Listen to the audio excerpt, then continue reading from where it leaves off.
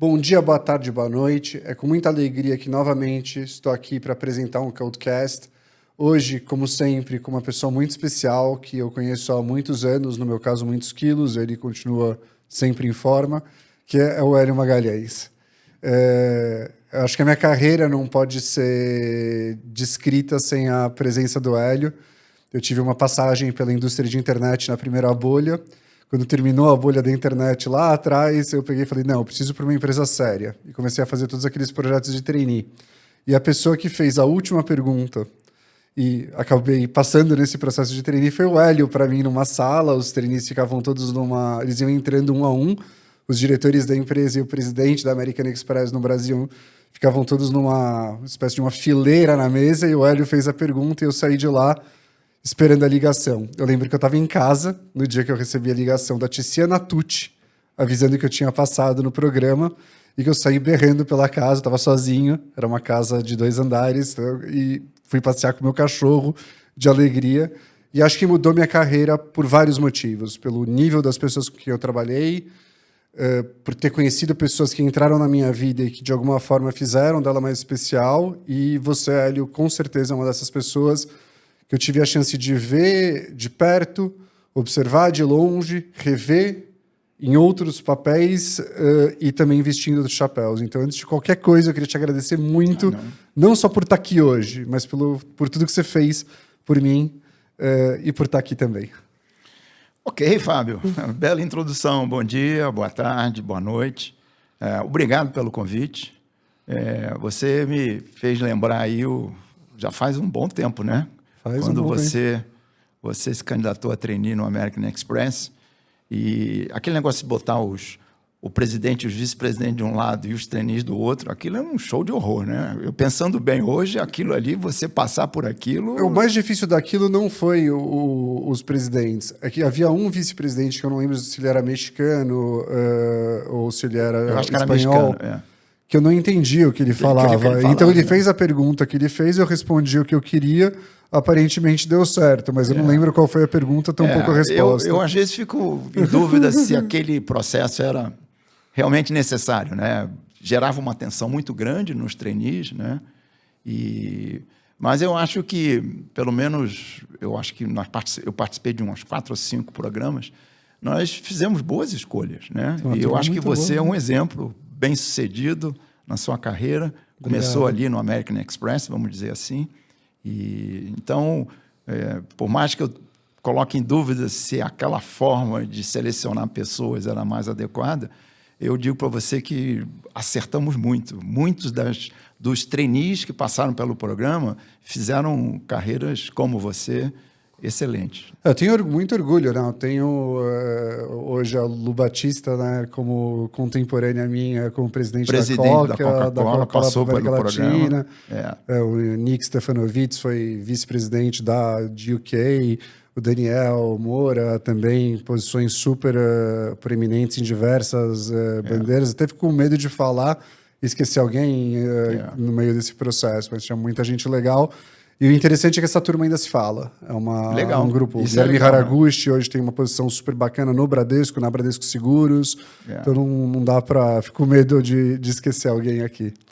Mas, Hélio, eu acho que antes da gente entrar um pouco no que a gente normalmente fala aqui, eu queria voltar a falar do porquê que a gente tem feito o Codecast. Ele nasceu muito com uma orientação de falar sobre cultura, falar de marca, e eu acho que ele foi ganhando um outro lugar, né? Que é valorizar as pessoas, os executivos, os empreendedores, os intraempreendedores que movem o Brasil.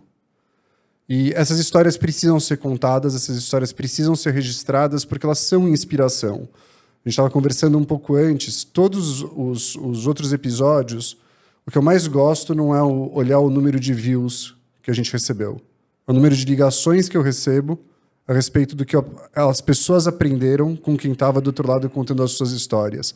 Eu queria talvez dar um passo atrás antes de entrar na tua carreira. Eu queria que você talvez apresentasse aí em 5 minutos, 10 minutinhos a tua trajetória, mas daí a gente volte um pouco para de onde saiu o Hélio. Ele veio do Rio, né? Com esse sotaque carioca não perdeu, mas conta primeiro um pouquinho então aí a sua trajetória de carreira, depois a gente vai entrar nos detalhes, Mas um pouco de você mesmo, de onde você veio, seus pais, a gente estava conversando, né, de origem.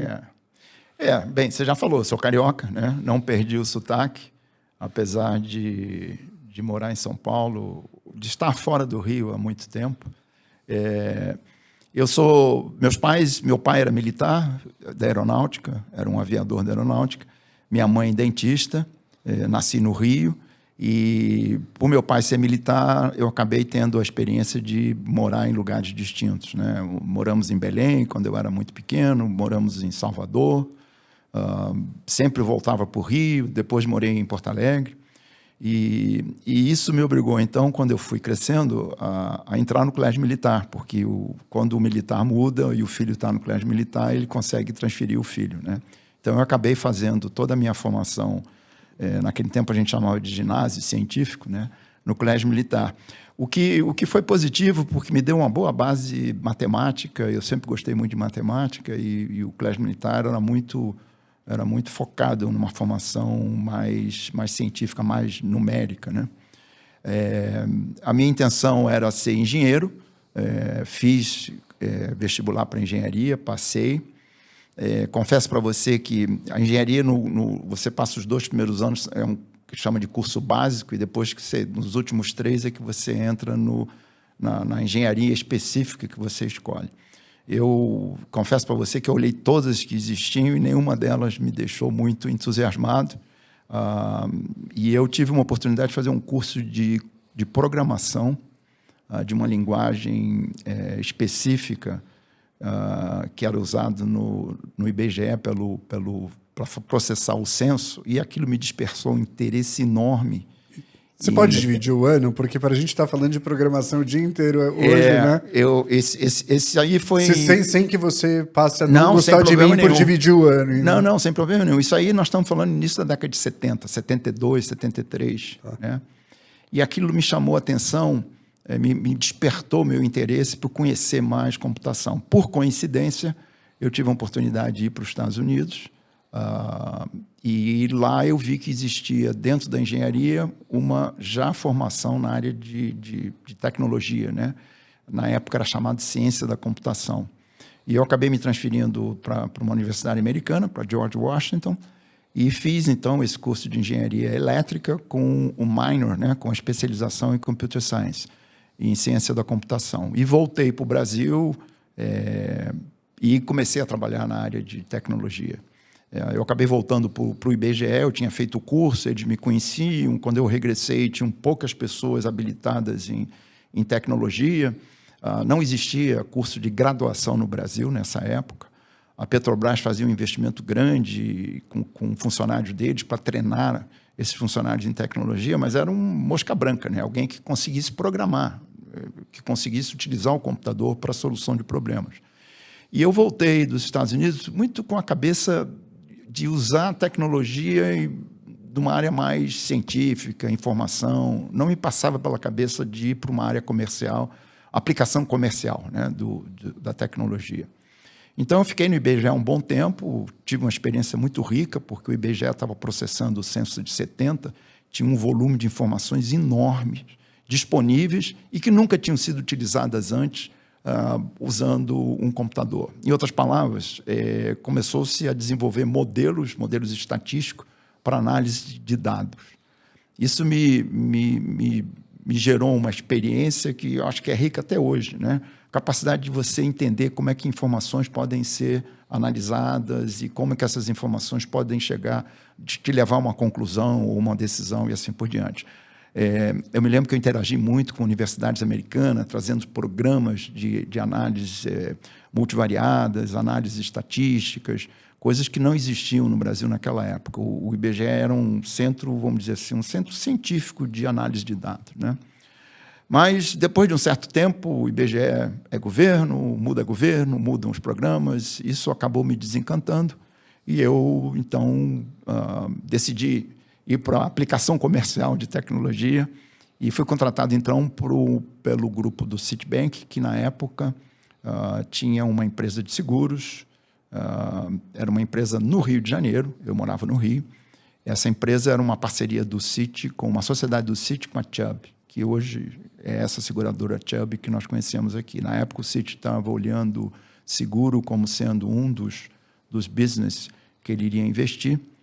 E eu comecei ali, comecei como gerente de sistemas, depois eu virei diretor de tecnologia, depois a companhia mudou para São Paulo, né? O Citi, de uma maneira geral, já estava com seu, vamos dizer assim, com seu headquarters aqui, com a sua sede aqui em São Paulo, e eu fui responsável, então, por trazer a área de tecnologia, o que envolvia construir um data center aqui em São Paulo. Então, eu tive a experiência de alugar um andar e né, sob a minha responsabilidade do meu time, de montar esse data center. Foi uma experiência, assim, talvez única, né? Da folha do papel até um data center funcionando, né? Qual que idade que você tinha? Porque você estava começando uma não, eu já nova... tinha... Aí nós já estamos na década de 80, né? Eu estava lá nos meus 30 e poucos anos. Eu era jovem. Era jovem, sem dúvida, talvez por desafio. Ainda né? mais para uma função, para um negócio que não existia. E é interessante que você fala assim, você já construiu algum data center? Não. Você sabe como é que constrói? Não. Mas vamos procurar alguém que saiba para me ajudar, né? E foi muito interessante o projeto, além da experiência de sair do Rio, vir para cá e assim por diante. Eu acho que o papel que eu tinha que executar na seguradora foi bem executado, e aí o banco me convidou para a área de tecnologia do banco. Na época, seria a área de tecnologia do que seria o banco de varejo do Citi, o Consumer Bank, e a sede era no Rio de Janeiro. Então, para mim, foi assim, não só ir para o banco, né, com uma posição já de vice-presidente, mas também retornar para o Rio de Janeiro. E lá tive uma experiência muito rica. O Citi não tinha sistemas adequados para a sua área de pessoa física, e eu tive a experiência de montar um time. E esse time, então, redesenhou a arquitetura de sistema do banco. Eu posso dizer para vocês e para você, Fábio, que eu conheci banco de dentro para fora, né, e não de fora para dentro. Nós construímos, com essa nova arquitetura, toda a base sistêmica do banco de varejo. Foi um projeto extremamente rico. O meu chefe, que era o responsável pela área de varejo, acreditou no nosso projeto, deu os recursos que nós precisássemos. Eu acho que eu dei muita sorte com o time que eu acabei montando. Esse time fez um trabalho excelente. A gente até hoje se encontra. Semana passada tivemos um almoço aqui. Estamos todos já com uma certa idade, mas até hoje a gente se encontra. Esse time que, na década de 80, fez essa transformação significativa. Evidentemente, quando um projeto dá certo, a empresa olha para você e fala, onde é que eu vou botar esse cara? E me convidaram, então, para vir para São Paulo, e aí sair do banco para a empresa que o Citi administrava na época, uma empresa de cartões de crédito, o Credicar. Era uma sociedade, na época, Citi, Itaú e Unibanco. E o Citi, por ter experiência de cartões de crédito no exterior, era quem gerenciava o negócio. E eu vim, então, para fazer a mesma coisa, sentar na área de operações e tecnologia, fazer uma transformação do negócio de cartões. A indústria de cartão de crédito estava crescendo aceleradamente. A gente tinha problema de capacidade de processar as informações. Estava começando, na época, a captura eletrônica. Antes, não sei se você lembra, tinha uma maquininha que passava... O pessoal aqui em São Paulo chama de mata-pulga. Você tinha um papelzinho com carbono, aí um ficava com o cliente, o outro você mandava para o banco. Tempos antigos, né?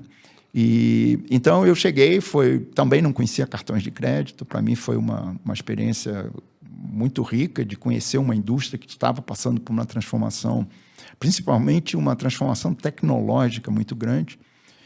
E foi difícil, trabalhamos muito, mas eu acho que conseguimos aí, eu diria, superar os desafios do crescimento, implantando novas tecnologias, expandimos muito a captura eletrônica através das maquininhas.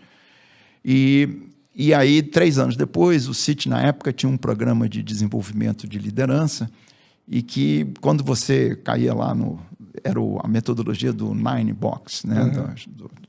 Você tinha de 1 a 9, quando você colocava a pessoa a pessoa era classificada como high potential, high performance, você teria que, em 6 meses, oferecer um novo desafio para que ela pudesse se desenvolver. E eu caí nesse Box One, e o Citi, então, me ofereceu uma oportunidade no exterior, né? E aí foi para trabalhar no Private Bank, um negócio completamente diferente. Imagina, eu saí de um negócio de varejo, consumer mesmo, né? O Credit Card, na época, tinha 4 milhões de cartões. Naquela época, 4 milhões era um número, assim, enorme.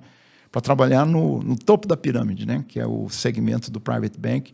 Era uma posição global, em que eu teria responsabilidade sobre as regiões, e baseado em Nova York. E foi uma experiência, não tenha dúvida, riquíssima, né? Você vê que sorte que eu dei na minha carreira, né? Todas essas experiências me acrescentaram muito. A experiência do Private Bank, eu tinha equipes que trabalhavam para mim na Ásia, que trabalhavam no meu grupo na Europa, né? Nos Estados Unidos, aqui na América Latina. Então, eu tive a oportunidade de conhecer o mundo, do ponto de vista de negócios, do ponto de vista de como operam os bancos, né? Como as culturas locais influenciam os clientes e como é que o banco se adapta a essa cultura.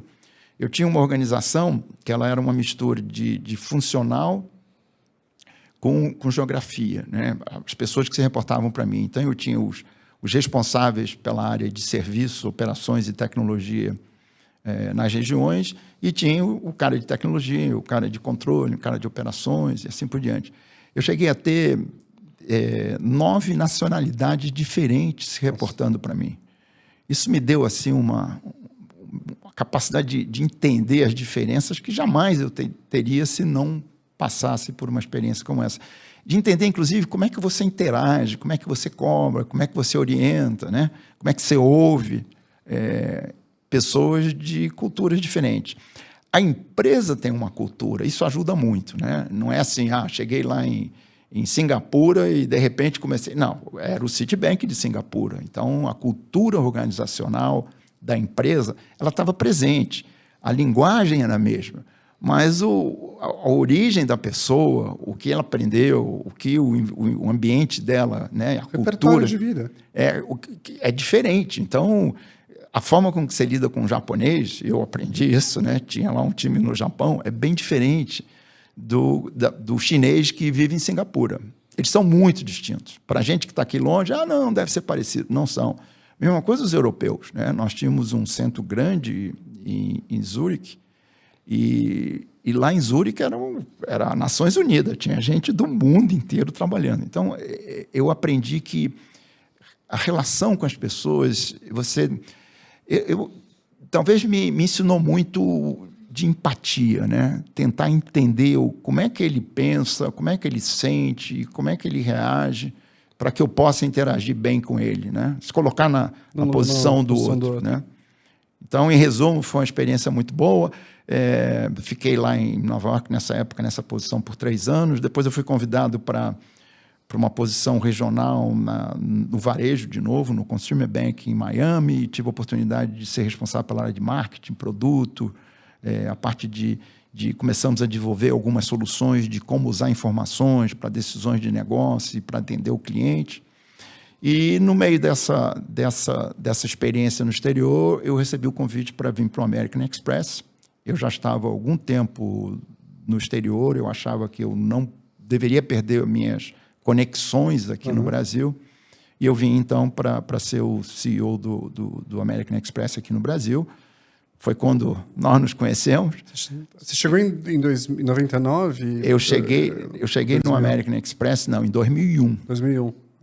Entrei em 2001. Eu não vou esquecer nunca mais. O meu primeiro dia foi dia 10 de setembro de 2001. No dia seguinte, dia 11 de setembro de 2001. A história é longa, eu não vou contar. Filha estava nos Estados Unidos, na verdade, estava até em Washington estudando. Então, foi uma época complicada, né? Aquele evento de 11 de setembro... Todo mundo lembra onde estava, né? É um daqueles eventos em que você lembra de onde você estava. E aquilo impactou muito, né? Viagens e coisas dessa natureza. Nós tivemos que fazer uma... Eu cheguei no dia seguinte, teve uma crise, né? Sabe que eu perdi um familiar dia 15 ou 16 de setembro, eu não lembro daquele ano. E eu fui para os Estados Unidos num avião com 8 pessoas. Da American Airlines. Era uma loucura. Era uma loucura. Pois bem, fiquei 5 anos aqui como presidente do American Express. Foi uma experiência muito rica. o American Express tomou a decisão de mudar o modelo de negócio no Brasil. Na verdade, o Amex não conseguia construir escala e não tinha canal de distribuição por não ser banco. E competir com os grandes bancos de varejo era muito difícil. Então, a decisão foi mudar o modelo de negócio. Em vez de ser uma operação própria, passou a ser uma franquia. Foi feita a transação com o Bradesco. Eu participei de toda essa transação. E o Amex, eu não diria que reconheceu o esforço que eu fiz para ajudar nessa transação, acabou me convidando para ser o presidente do American Express no México, que na época era a maior franquia que não sei se ainda é, mas na época, nós já estamos em 2006. Mas ela era a segunda maior franquia do mundo, né? Era a maior fora dos Estados Unidos. Era americana e depois a mexicana. Depois a mexicana. Uma marca muito forte. Eu tive a oportunidade de pilotar aquele business por 3 anos com a marca assim, mais respeitada do mercado. Uma experiência, Fábio, fantástica, né? Então, fiquei no México por 3 anos. Tive lá uma experiência muito boa, porque eu peguei a crise de 2007, 2008, né? Foi quase que uma tempestade perfeita. Combinou com a crise financeira dos Estados Unidos, que impactou significativamente as remessas dos mexicanos que vivem nos Estados Unidos para o México, e teve uma crise interna de petróleo no México, que fez com que a economia balançasse. Eu não lembrava. E, como se os 3 não fossem suficientes, ainda teve uma gripe suína numa cidadezinha do México, que tivemos um shutdown. Foi assim A tempestade perfeita. perfeita. E o que ocorreu é que o mercado de crédito de pessoa física ele teve perdas significativas pela combinação desses fatores, né? E para mim foi uma experiência riquíssima de trabalhar com um negócio de crédito durante uma crise de crédito, né? Eu costumo dizer que eu fiz o meu PhD em Consumer Credit. E o Amex tem muitos recursos e muita inteligência. Eles têm um centro em Phoenix que é responsável por desenvolvimento de modelos de crédito, modelos de análise de comportamento e assim por diante. E eu aprendi muito em como navegar um business, né? E o Amex, como você sabe, muito preocupado com seus clientes, a gente tinha que tomar todas as ações necessárias sem impactar o bom cliente, né? Ele criou o que eles chamaram de um ring fence, né? Isolar os clientes bons, e aqueles que tinham mais risco, a gente fez mudança nas políticas de crédito. Aqueles clientes bons, a gente não poderia mexer. Então, inclusive, a minha performance, que valia até para o meu bônus, tinha lá um indicador que era disruption. É aquele cliente bom que chegou chegou lá no estabelecimento e não teve a sua transação aprovada. O disruption tinha que estar abaixo de um certo nível. Isso mostra a preocupação da empresa, que eu acho fantástico no American Express, a sua preocupação com o cliente, aquele cliente que é fiel, aquele cliente que é o bom cliente, né? Então, essa experiência foi muito rica, porque eu pude conviver com como é que você toma decisões que não necessariamente, que são importantes para o negócio e que não necessariamente vão ser bons para a experiência do cliente, né? Eu usei esse exemplo aí do ring fence, isolar o bom cliente, mas tiveram vários outros que a gente, no meio da discussão, falava, mas vem cá, qual é o impacto no cliente dessa decisão que eu estou tomando? É muito fácil não ter perda de crédito, só não aprova a transação. Se não aprovou a transação, você não vai ter perda de crédito. Agora, e o cliente que do outro lado, como é que ele vai ficar, né? Pois bem, depois de 3 anos no México, o American Express me promoveu para um nível acima e me convidou para ir para Nova York para tocar um negócio nas Américas, uma linha de negócio, um negócio que o Amex tem com os bancos, que incluía, inclusive, a parceria aqui no Brasil. E eu, então, fui para Nova York e tinha aí uma experiência também rica. Eram 42 bancos que tinham parceria com o Amex, tanto na América do Sul, América Central. A gente se reviu pessoalmente por você ter me convidado. Eu estava, na época, trabalhando para a Edelman, achava que tinha uma oportunidade legal de você conhecer o Richard, que é o CEO da Edelman. Isso. Falei, será que a gente não pode se rever? E daí, no almoço, falei, olha, eu acho que vale a pena vocês se conhecerem. Daí a gente se reveu pessoalmente, porque a gente sempre trocava e-mail. Isso. Você está me lembrando, é verdade. Foi nessa época. Foi nessa época. E, então, eu acabei viajando muito pelas Américas, né? Tinha banco no Canadá, nos Estados Unidos, na América Central, no Caribe, na América do Sul. Mas 2 anos depois, eu fui convidado via um headhunter para vir para o Brasil e ser o presidente do Citi. Eu confesso a você que você trabalhar num headquarter é um negócio diferente. Você fica muito longe do cliente, você fica muito longe vamos dizer assim, do dia a dia operacional. Então, o convite do Citi, não só por eu já tinha tido 17 anos de experiência com o Citi, como também voltar ao Brasil e sentar na cadeira de operar um negócio me atraiu. Então, em 2012, eu vim para o Citi e fiquei ali por 5 anos e meio. Você chegou a participar de um projeto extremamente significativo para mim, que foi quando o Citi decidiu vender o varejo para o Itaú e como fazer toda essa transformação da empresa. Foi também uma experiência muito rica, né? E depois dessa, vamos dizer assim... Publicado depois o case na Harvard Business Review. Sem dúvida. Você me mandou. Eu acho que foi uma experiência muito interessante, né? De você... Você sabe que eu não vou dizer quem, mas executivos do Itaú me falaram, e até encontrei com um deles outro dia, ele repetiu que de todas as experiências de aquisição de negócio que ele teve, que eles tiveram, esse foi o único em que o negócio que eles receberam era maior do que o negócio que eles tinham avaliado. O negócio foi entregue maior do que... Se eu não me lembro, eu posso estar enganado, você vai saber melhor do que eu, mas eu acho que eram 13 grandes indicadores. Desses 13, 11 foram entregues acima da meta colocada. Do que eles tinham visto no due diligence, né? E o processo demorou muito, Fábio, porque tinha que passar por aprovação no Banco Central. Foi um negócio difícil. Eu ia a Brasília 2 vezes por mês para conversar com o Banco Central e tal. Então, entre o anúncio de que nós havíamos vendido e a aprovação do Banco Central, se passaram 7 meses. Então, você está com um negócio que o time sabe que não vai ficar ali, o cliente sabe que não vai ser mais você, mas você continua gerenciando o negócio, motivando o time, mantendo o cliente, né? Foi uma experiência muito rica, né? E eu lembro que quando a Júlia, Ana Fernandes, me chamou para conversar, que tinha sido, não sei, acho que foi diretora, gerente de RH do Amex, depois lá foi ser vice-presidente do Citi, né? Ela falou, bom, você está fazendo aqui um monte de trabalho para o marketing aqui do Citi, né, para o varejo, você conhece a turma do varejo, como é que a gente faz para manter as pessoas engajadas num cenário em que elas não sabem o que vai acontecer? E eu lembro de voltar para casa e falar, como é que a gente vai fazer isso? Porque eu vou precisar conversar com o pessoal do Citi, eu preciso ver se já existe algum histórico na academia, se existem históricos fora do Brasil, né? Porque a notícia, se eu não me engano, vazou na Colômbia a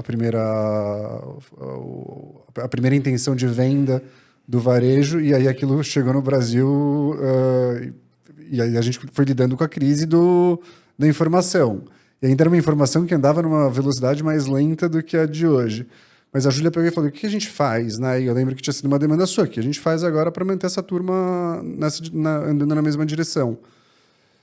E eu vou dar um passo para trás. A inspiração que eu tive não veio, né, e que eu tive junto com esse time, e eu falo, o que a gente fez foi mediar um grupo de pessoas maravilhosas, que são aqueles líderes do Citi, que puxaram para eles a responsabilidade de levar o banco e fazer essa transição da melhor maneira possível. Mas a palavra transição aqui não veio à toa. A experiência que eu tive quando entrei na Amex foi de um projeto que você tinha instaurado chamado Transição de Valor, que era de 5 anos. Travessia. Desculpa, Travessia 2005. Estou confundindo os nomes dos frases. Travessia 2005. E quando você trouxe a Travessia 2005, o que me chamava atenção como funcionário, era um trainee, era uma humildade que existia nas metas, né? A gente falava, né, era você fazer os town halls de maneira, né, era um artefato da cultura da Amex, era o town hall mensal, apresentação transparente de resultado, falar a verdade, tratar todo mundo como adulto. Eu lembro que a gente tinha uma pessoa de qualidade, que era a Silvia Pitombo, que na hora que ela tinha algum problema, ela pegava e falava, isso aqui é um problema, temos que lidar com o problema, vamos tratar isso aqui no detalhe. Mas a gente falava de coisas do tipo, a gente gostaria, a intenção da empresa é entrar na Fundação, ser reconhecida como uma empresa com selo da Fundação Nacional da Qualidade. Queremos ser uma das melhores empresas para se trabalhar, na época reconhecida pelo GPTW, que era muito mais difícil do que hoje. Eram algumas, eu não lembro quantos pontos. 100 milhões de 100 lucro líquido, 100 milhões de dólares. 1 milhão de clientes, se eu não me engano, de alta renda. Tinha lá os indicadores, isso mesmo. E quando eu olhei, eu falei, poxa, é muito diferente do que eu tinha lido, né, de como as outras empresas tratavam. Então, eu senti uma humildade intelectual, mas, ao mesmo tempo, uma intencionalidade de fazer aquilo acontecer. Eu queria que você contasse um pouco como é que você forja um programa em que você se expõe ao mesmo tempo em que você se fortalece.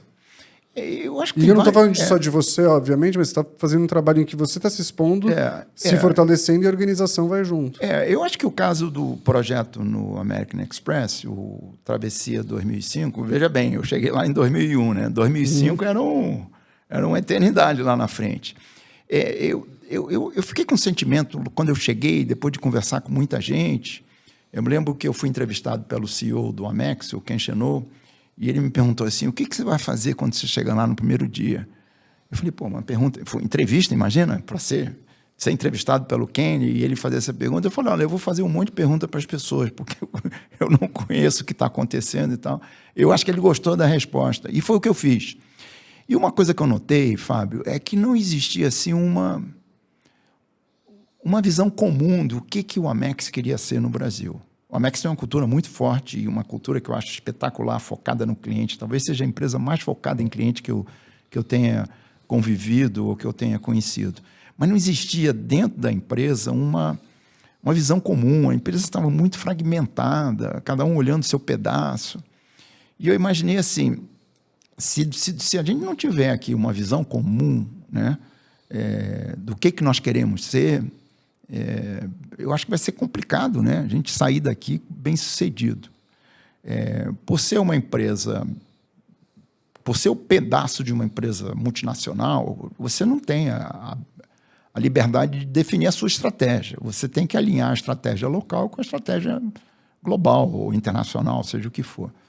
Então, o Travessia surgiu daí. O que eu quero ser, né? Aí você falou do Prêmio Nacional da Qualidade, tinha os 100 milhões de dólares de lucro líquido, tinha outros que era o aspiracional. Eu acho que a motivação das pessoas é, primeiro, conhecer onde é que nós estamos, transparência da gestão, e tem que ter um aspiracional. O que eu quero ser, né? O que me motiva? Para onde é que eu quero chegar? Então, eu acho que o Travessia foi...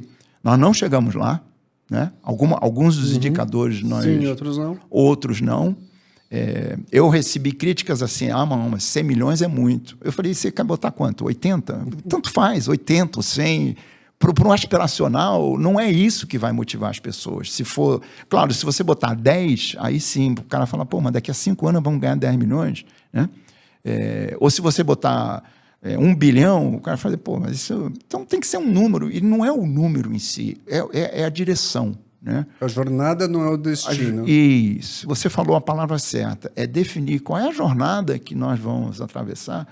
Olha, o pessoal se encantou tanto... E eu não sei se você lembra, que até música criaram. Eu não pedi para ninguém fazer música. Tinha lá um pessoal mais voltado à música. Eles criaram uma música com letra falando do Travessia 2005. Então, é assim, uma empresa precisa saber para onde ela está indo, né?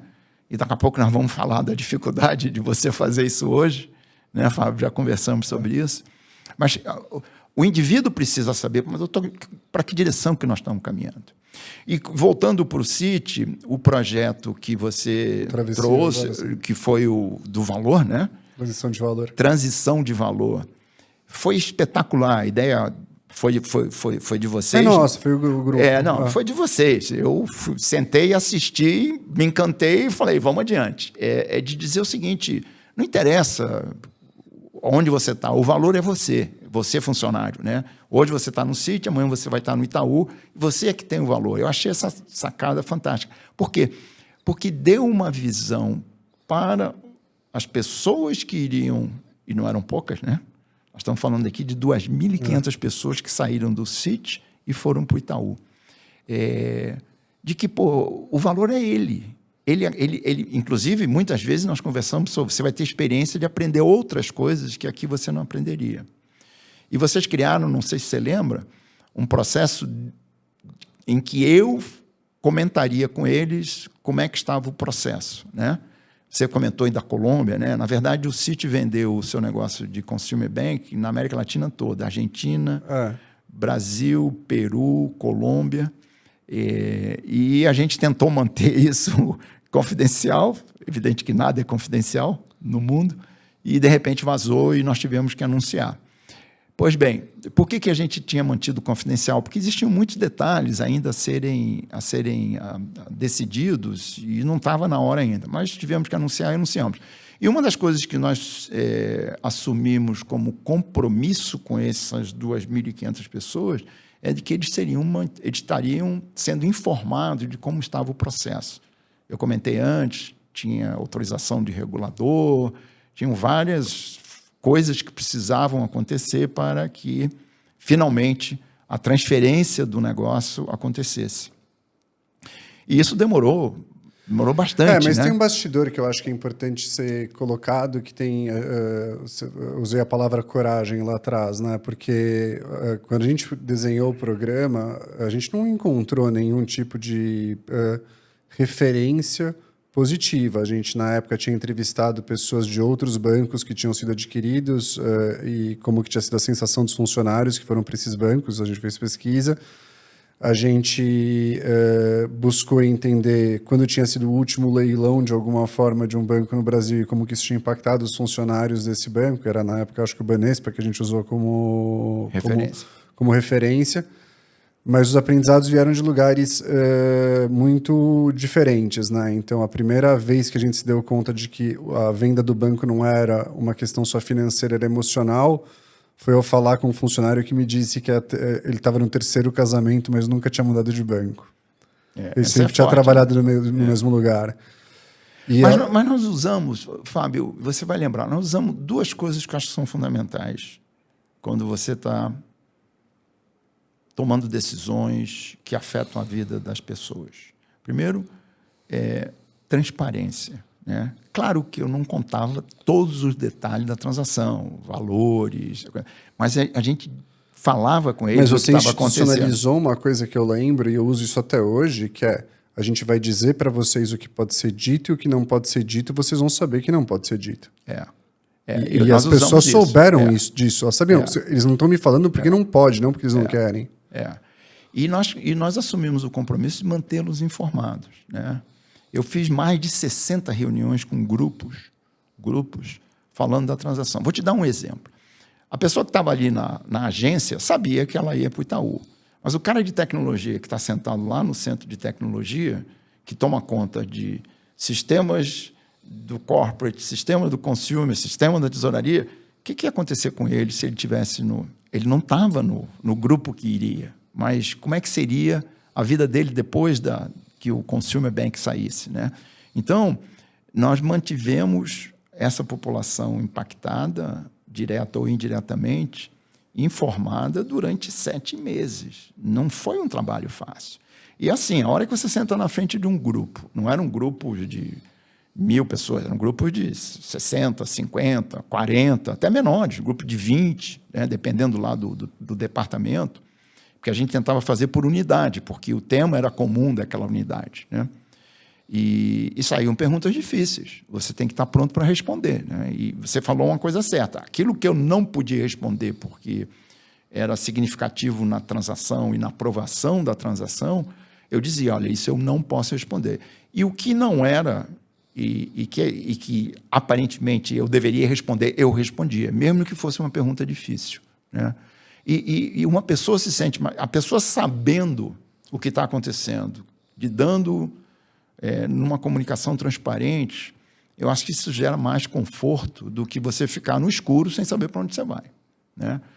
O resultado é que as pessoas foram, o business foi maior até do que ele era antes, e eu não recebi nunca nenhuma crítica assim, o Citi me tratou mal, eu não fui bem respeitado. Muito pelo contrário, às vezes eu entrava em agência do Itaú E o Castro falava assim, oi, seu Hélio, tudo bem? Aí, eu falei, e você, como é que tá? Não, estou bem e tal. Era, assim, para mim, uma realização ver um ex-funcionário do Citi, agora funcionário do Itaú, trabalhando e dizendo que está tudo bem, né? E o Itaú é uma grande empresa, né? Mas é interessante, porque a gente tende a olhar, né, e esquecendo um pouco do bastidor. Teve alguns atos de coragem que eu acho que foram muito... Eu sou muito grato, eu sempre falo, acho que a Júlia Fernandes, Tatiana Loesch, Márcio Castro, e nada disso teria acontecido sem o Fábio Pontainha, mas sem o teu Bain. A gente entrevistou um oncologista para explicar como que você faz para manter um paciente engajado num processo que pode demorar até 2 anos. Eu me lembro disso. E no começo, e eu lembro da situação que ela é anedótica hoje, né, de trazer, mas eu lembro de vocês pedirem para a gente não contar para ninguém, porque podia ser interpretado de uma determinada forma. E esse oncologista explicou que o importante era que a comunicação fosse feita face-to-face, que o médico falasse... Ele não sabia que era para o Citi que ele estava trabalhando, ele estava falando da vida dele. Que o médico tem que falar a mesma coisa que o físio fala, que o psicólogo fala, e se a família estiver alinhada, melhor ainda. Metas de curto prazo, mas sempre metas para que a pessoa se sinta motivada. A ideia de contratar uma terapeuta de casal para reduzir litígio veio desse número, não foi uma pessoa, a gente depois foi descobrindo que várias pessoas diziam, estou no meu casamento, não sei o quê, mas nunca saí do banco, nunca trabalhei com um sistema diferente. Tinha essa coisa, né, de uma fragilidade, as pessoas estavam expondo uma fragilidade de ter ficado tanto tempo, e até uma certa revolta, uma sensação de traição. Poxa, ano passado me convidaram para ir para o Santander e eu não fui. Agora o Citi vai ser vendido. E é a vida, né? A vida vai acontecendo. E uma ONG que chamava Refúgio Cultural, que explicava a facilidade de imigrantes sírios, na maioria cristãos, sírios que estavam refugiados, vindo para o Brasil se adaptarem, e refugiados de um outro país que não tinham essa mesma adaptabilidade à cultura. Quando a gente fala disso no ambiente empresarial, não era a coisa mais normal do mundo de se fazer. Sem dúvida. Eu queria só... Eu tenho até uma curiosidade, porque acho que a gente nunca conversou disso desse jeito. Foi fácil tomar a decisão? Ela é uma decisão que ela é tomada com coração, ela é empírica, ela é intuitiva, ela é uma sensação que você tem que poder ir nesse caminho? Porque se era novo para mim, e eu estava lá no dia a dia tentando montar o processo no detalhe, você estava olhando de cima com 700 outras preocupações. Eu não sei como responder a tua pergunta. Eu acho que é uma combinação de vários fatores. Tá? O primeiro é entender que, do outro lado, tem pessoas. Né? Os negócios são as pessoas. Né? Eu tenho um amigo que diz assim, o hardware é bom, o software também, mas o people work é o core do negócio. Né? Ainda mais um negócio de serviços, como é um banco. Então, primeiro é entender, e talvez a empatia ajude muito você, quando está tomando a decisão, você pensar assim, qual é o impacto na pessoa, como é que a pessoa que está do outro lado vai se sentir. Eu acho que isso é um fator. O outro fator, Fábio, a ideia não foi minha. A ideia veio das conversas da Júlia com você, com outras pessoas, talvez muito dela, né? A Júlia é muito ativa, muito eficiente em falar, olha, essa situação é complicada, vamos tentar uma solução. Tem uma altivez, né, que é única. E eu ouvi, achei que era uma boa ideia e falei, vamos adiante. Eu não pedi permissão para ninguém para fazer isso. Né? Eu falei, olha, a ideia me parece muito boa, obrigado, vamos em frente. E aí tem que ter um pouco de você arriscar, né? E se desse errado? Né? Se em vez de ser bom, fosse ruim, né? Então, tem um pouco aí de você arriscar, de você tomar decisão sem ter todas as variáveis na mão, né? Que eu particularmente acho que é impossível cada dia mais. Então, é assim, talvez o foco das pessoas e segundo, de você ouvir e de terceiro, de você apoiar uma decisão sem ter uma percepção. Eu nunca tinha passado por isso. Né? Aliás, eu passei por um processo parecido no Amex, né? Sabe, nós vendemos o negócio, no final das contas, né? Mas o Citi era uma situação distinta, porque metade ia, metade ficava, né? E as conversas tinham que ser com os dois lados, né? E tinha gente no meio ali, né?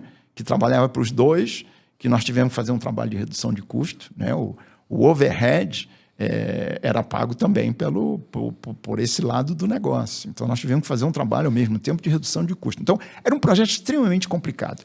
E se você precisa de todas as variáveis sob controle para tomar uma decisão, aí você não vai tomar decisão nenhuma. Mas eu acho que é interessante quando você fala isso, porque há uns 3 anos atrás eu tive a oportunidade de estar com a diretora global da Microsoft nos Estados Unidos, de RH. Pessoas, agora é people, né? E ela falou que ela usou uma frase que valores têm um custo, values have a cost. Isso ficou para mim muito marcado. Eu não sei se você lembra, mas a gente deu treinamento para os funcionários fazerem entrevista fora do Citi, porque fora do Itaú, a gente nem sabia na época que se ia ser o Itaú, ainda estava no estágio anterior, quem seria o banco comprador, o grande público, se investiu nisso. A gente, na agenda, eu me colocando aqui como Citi, a gente contratou uma empresa para treinar as pessoas a se venderem melhor, porque elas não faziam uma entrevista há anos, décadas.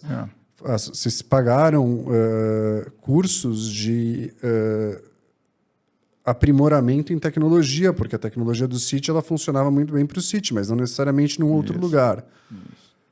E quando a gente estava no bastidor aqui conversando, você falou muito disso, das pessoas, dessa confiança nas pessoas. Essa é uma característica que você acha que você foi evoluindo ou sempre foi sua de formar times em que você estava seguro o suficiente para confiar nessas pessoas, nesses times, né? Indivíduos formam equipes, equipes formam uma empresa, para tomar essas decisões? Eu não foi intencional, mas eu acho que durante a minha experiência em posições de liderança, eu fiquei convencido de que a equipe tem que ser a melhor equipe que você possa criar, né? Ou juntar, vamos chamar assim, né? Trazer pessoas juntas, formarem uma equipe para enfrentar o desafio. Não é que você tem que ter o melhor em cada uma das posições. Eu acho que a equipe é muito baseada nas circunstâncias que o negócio está vivendo, né? Então, quando eu tive lá a experiência de substituir a arquitetura de sistema do Citi, era óbvio que eu precisava de uma equipe que encarasse mudanças, né? Não seria uma equipe resistente a mudanças, a gente estava lá para mudar, né? Eu acho que, no caso do Citi, também houve uma mudança grande depois que eu cheguei, inclusive foi um pedido de transformar a liderança da empresa, e a ideia era essa: como é que eu posso trazer pessoas que possam me ajudar nessa missão que eu tenho nesse momento. Às vezes, você tem pessoas que estão ali prontas e é só você, talvez, motivá-las, ou incentivá-las, ou até deixá-las mais livres para atingir os objetivos, e às vezes você tem a necessidade de transformar, né? Então, eu acho assim, tem uma frase aí meio chavão, né, que atrás de um grande líder tem uma grande equipe. Eu acredito nisso tremendamente. Não existe líder bom com equipe ruim, né? Então, recado aqui, né, para quem está numa posição de liderança, reflita sempre sobre a equipe que você tem e o momento que o time, que o negócio está vivendo e o que se espera do time, né? Não necessariamente o time de hoje é o time que você precisa daqui a 2 anos. Não necessariamente uma pessoa ou outra que está numa posição, ela vai ser a pessoa adequada para a coisa. E essas transformações são muito importantes para as pessoas também, né? Porque eu acho que você ficar no mesmo lugar fazendo a mesma coisa durante muito tempo não enriquece, né? Mas tem características, valores, atributos de cultura que você olha numa pessoa hoje, né? A gente daqui a pouco vai falar um pouquinho da tua experiência com, eu não sei mais quantos conselhos são, eu acho que eu perdi já a conta. Toda vez que a gente conversa tem um conselho novo, mas a gente chega lá daqui a pouco. Quando você está entrevistando alguém ou quando você entrevistava as pessoas, existiam algumas notas de corte? Olha, isso aqui eu não vou tirar até a ética do bolo, porque eu acho que já não é referencial. O que é essencial para um executivo, para um jovem líder, para uma pessoa que quer crescer na carreira? Eu acho assim, o Fábio, prosperar. A minha experiência hoje, e como eu estou em conselho, eu já passei por algumas experiências de escolher o CEO, né? O conselho é quem Escolhe o seu. contrata, demite, escolhe o CEO, né? E eu, por eu ser presidente de 2 conselhos, eu ainda sou mentor dos CEOs dessas 2 empresas, até porque eles foram contratados durante o meu mandato lá como conselheiro. Eu separaria em 2 grupos de competências, vamos chamar assim, ou de experiências. Uma são as experiências técnicas, né, de carreira, né? Se a empresa é uma empresa financeira, o background financeiro, se a empresa é uma empresa de tecnologia, o background de tecnologia, seja o que for. Então, tem esse lado. E tem um outro lado que a gente pode chamar de soft skills, que eu acho que são muito importantes hoje, cada dia mais, para um líder. E aí eu vou destacar alguns que eu acho que são importantes. Certamente existem outros soft skills, mas alguns que eu considero muito importantes para um líder. O primeiro deles talvez seja a visão estratégica, né? Você pode classificar as pessoas entre táticas e estratégicas. Tem pessoas que estão acima que conseguem ser estratégicos e táticos ao mesmo tempo. Tá? O que é esse? Eu acho que essa é uma excelente reflexão. Estratégico é aquele que consegue ter uma visão de como é que vai ser esse negócio lá na frente, né? Conseguir ter uma abstração conjugando todos os elementos que formam, né, o ambiente de negócio e dizer o seguinte: olha, o sucesso é essa direção, é assim que eu vejo e assim por diante. Um líder que não consegue passar essa visão para o seu time, ele não é um líder inspirador, tá certo?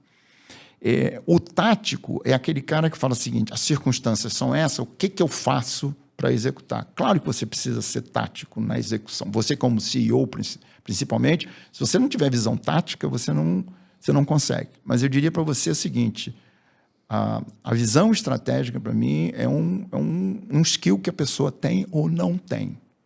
Ninguém vai lá e faz um curso para ter visão estratégica. Ontem mesmo eu estava numa reunião, comitê de pessoas, e nós estávamos falando de succession plan. E foi apresentado lá uma pessoa aqui. E eu questionei, né? Essa pessoa tem isso? Não, mas a gente pode desenvolver. Eu falei, vamos lá. Tem coisas que você desenvolve, tem coisas que você não desenvolve. Então, a primeira que eu listaria é essa.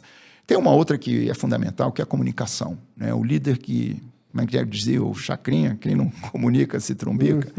O líder, ele tem que ter habilidade de comunicação. E a habilidade de comunicação não é falar muito pelo contrário, é falar bem, falar o que tem que ser falado, ter a capacidade de se comunicar com públicos distintos, saber dosar a comunicação de acordo com o nível da empresa e assim por diante. Tá? Eu acho que foco em resultado é outra coisa fundamental. Você pode ser muito bom de comunicação, de visão estratégica, mas no dia a dia você acaba não focando naquilo que você precisa. Aliás, foco é uma habilidade. Tem pessoas que não conseguem focar. E ao contrário, tem pessoas que focam demasiado, né? Ficam ali naquele... Então, aquela ideia de ou você está muito próximo a ponto de não conseguir enxergar o que está na tua frente, ou você está muito distante a ponto árvore de não ou a ver. floresta, né? Então, o foco correto, né? Eu, durante muito tempo eu fui CEO por 16 anos, né? Em negócios bem distintos e em geografias distintas, né?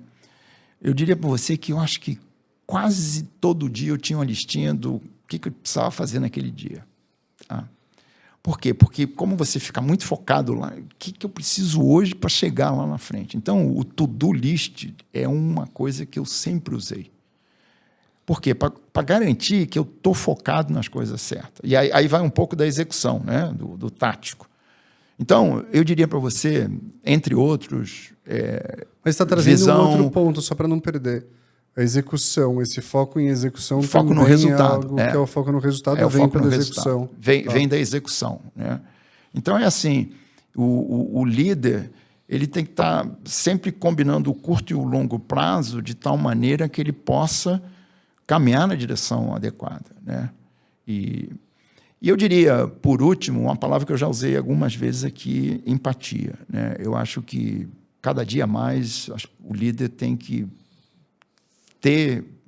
saber lidar com o seu time, saber pensar no seu time. E a empatia não vai só para o time, eu acho que vai para outras coisas, né? O próprio cliente, você tem que ter empatia. Como é que o cliente se sente? Se eu estivesse nos pés dele, como é que eu ia me sentir, né?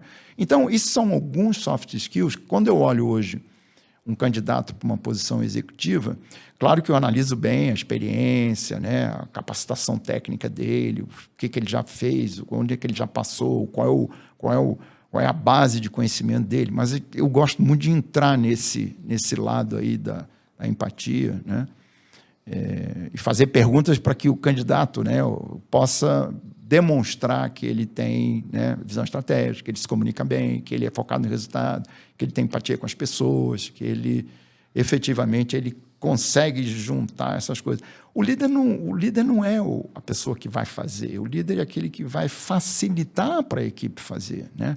Eu gosto muito dessa definição de que liderança tem muito mais a ver com facilitar do que comandar.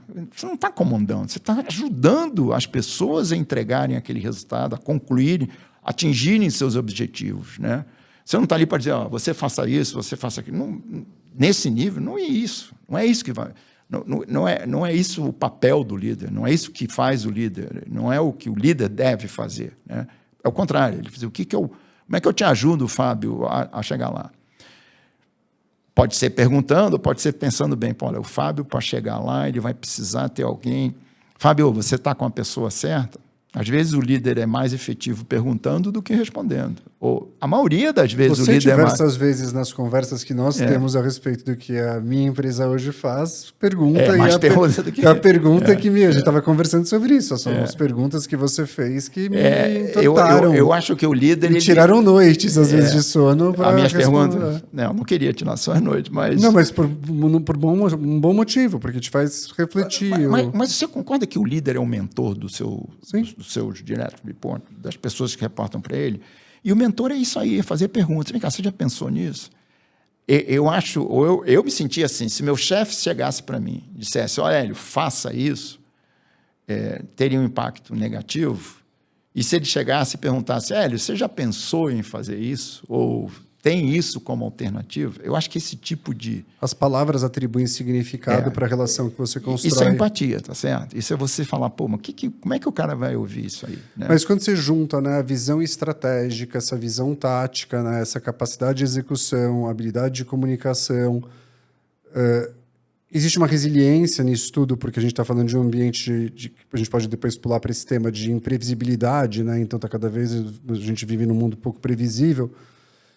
Me vem uma frase que você, por vezes, falou para mim, o Chico Rocha Campos, por vezes, também falou para mim, que é o defina a realidade de esperanças, que é o define reality and give hope.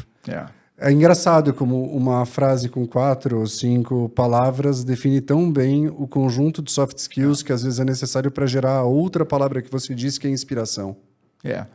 Essa frase de defina a realidade e dê esperança, né? Quem usava muito era o CEO, o chairman da American Express, o Ken Chenault, e ele dizia que foi o Napoleão. Pelo menos eu ouvi dele várias vezes que o Napoleão dizia isso. Seja realista e, ao mesmo tempo, dê esperança. Que eu acho que é uma combinação perfeita, né? As pessoas necessitam saber da realidade. Tá? Não adianta querer esconder as coisas. Claro que tem coisas que você não comenta na empresa toda, evidentemente, né? Até mesmo por problemas regulatórios, problemas legais. Tem coisas que você não... Mas quanto mais realista você é com as pessoas no mundo de negócios, melhor. E a esperança é a tal da visão que eu falei. Olha, ali é a travessia 2005. Onde é que nós queremos chegar em 2005? Essa é a esperança, né? Então, de novo, juntando lá os soft skills, é você entender que as pessoas precisam disso, né? Elas precisam ter a esperança de que as coisas vão ser boas, esperança de que ela vai ter uma experiência muito boa, que ela vai aprender, que ela vai se desenvolver e que, ela, ao final, ela vai se realizar profissionalmente, né, nessa fase da vida dela, né? Tem uma pergunta que eu tenho feito e vem de uma reflexão de uma certa vergonha que o brasileiro vinha tendo, eu acho que isso tem mudado bastante, da venda, da importância da venda, né? Então, eu queria aproveitar até o fato de ter uma pessoa que teve uma carreira que foi construída de maneira técnica, que foi virando gerencial, e desse gerencial vai virando um líder. E quanto mais você está nessa posição, vendas passa a ser algo importante. Vender é importante, não existe nada sem a venda. Como é que você enxerga a função de uma área de vendas dentro de uma organização?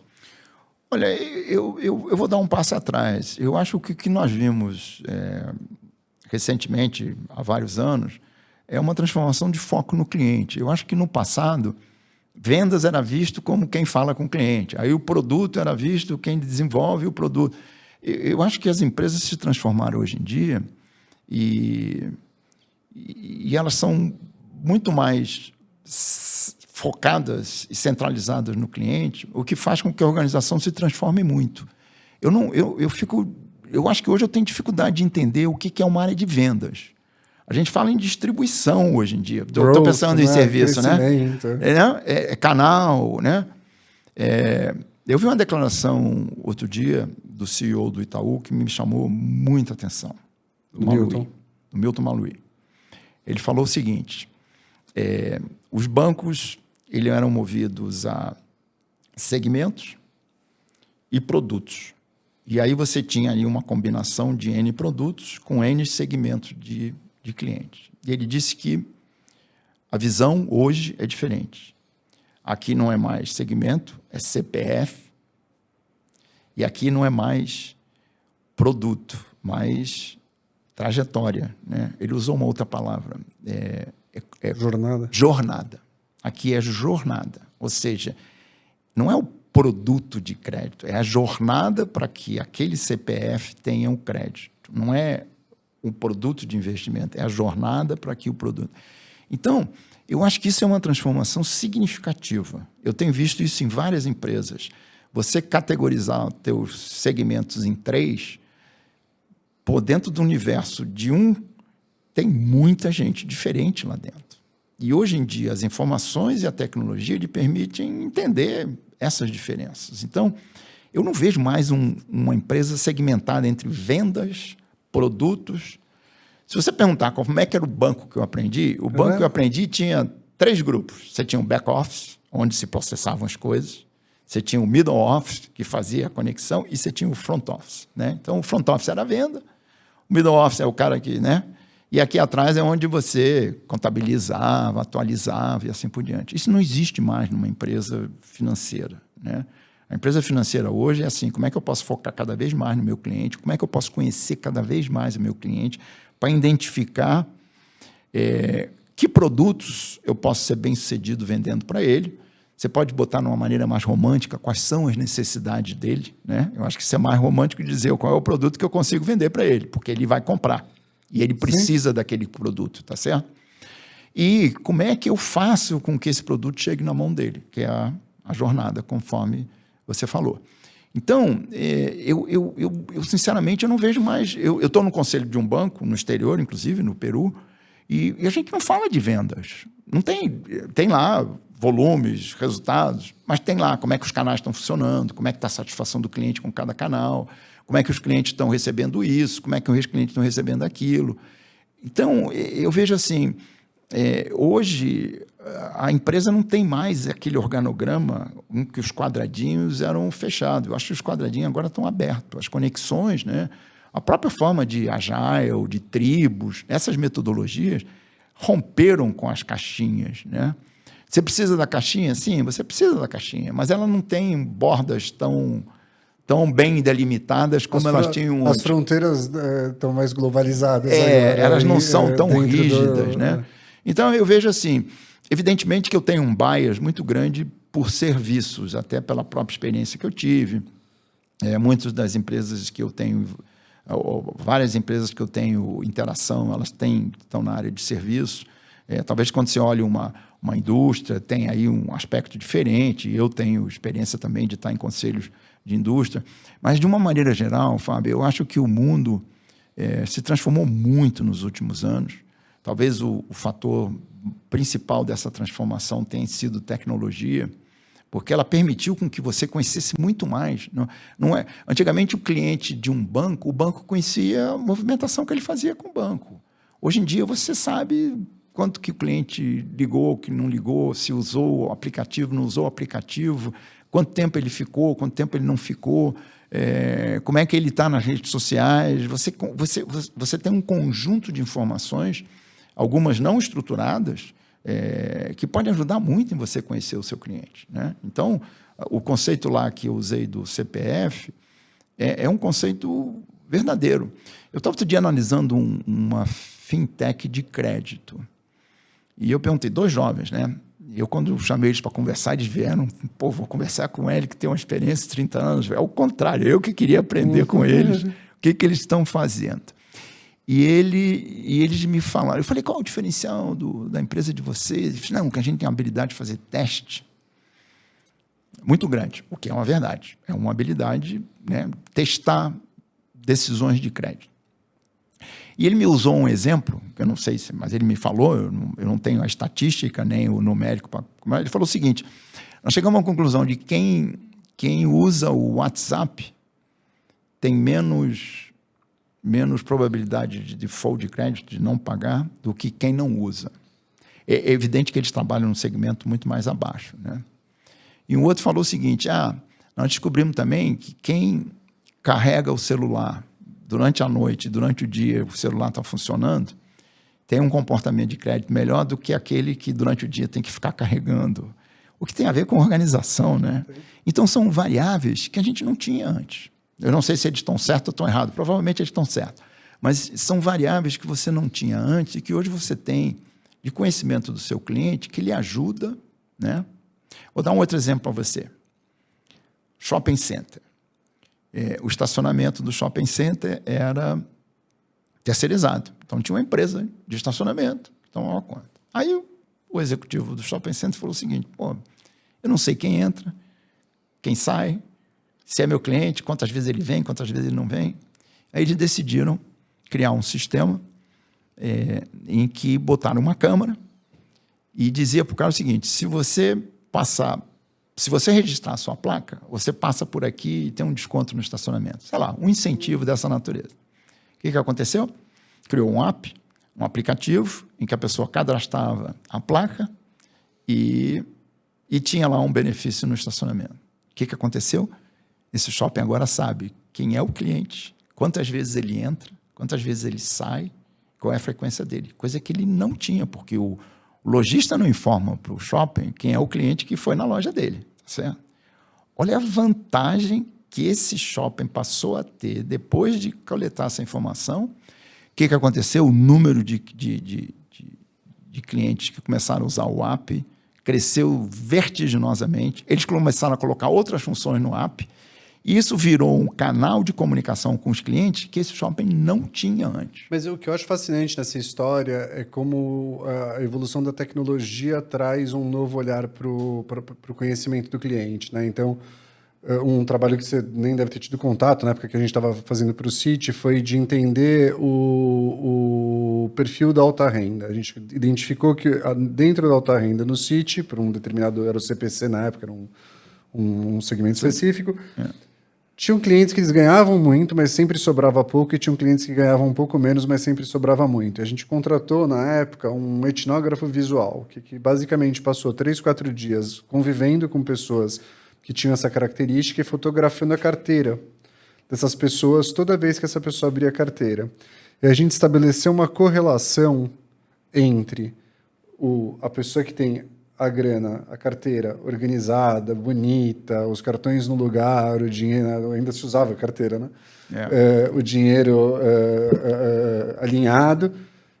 Essa era uma pessoa normalmente organizada financeiramente, sobrava mais dinheiro independentemente de quanto ela ganhava. O outro caso era aquela pessoa que às vezes ganhava o dobro dessa que eu acabei de falar, mas sempre faltava dinheiro. E quando você abria a carteira dessa pessoa, estava faltando o cartão de crédito, as notas estavam amassadas. O que eu tô querendo trazer aqui, eu acho que talvez seja um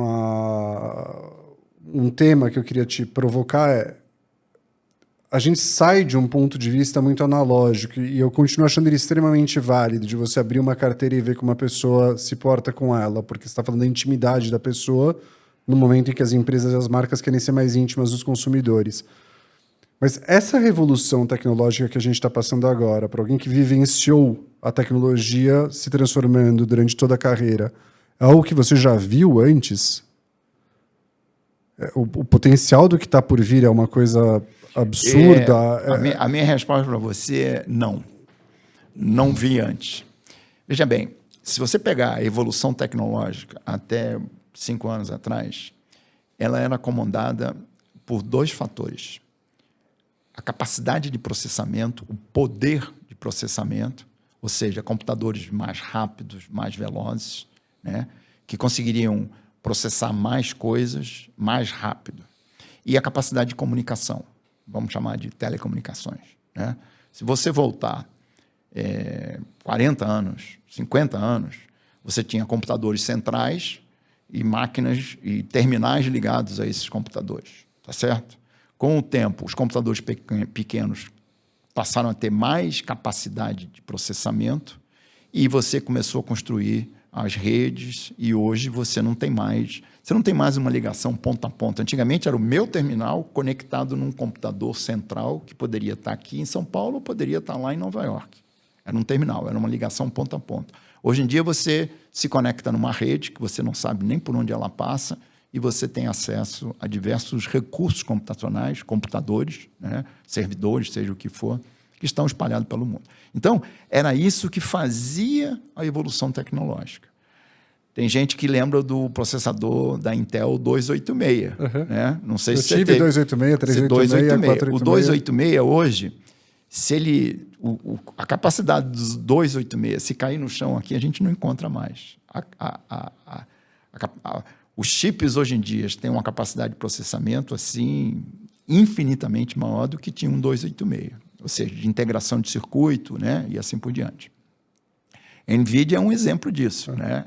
Essa evolução tecnológica chegou a ter uma capacidade de um processador ter a potência que ele tem. O que nós estamos vendo agora é uma terceira corrente, que não existia até agora, que é a evolução de conseguir processar informações e, com isso, criar uma certa inteligência, que é a inteligência artificial. A inteligência artificial só foi possível porque os processadores chegaram à potência que eles têm hoje. Mas não existia inteligência artificial antes. Então, a transformação que nós estamos vivendo hoje, eu não vi no passado. Ninguém viu no passado. Não é uma bolha de internet, está provado que não, porque são coisas novas que estão mostrando resultados que você não conhecia antes, né? Eu li outro dia sobre o número de proteínas que foram criadas através de inteligência artificial.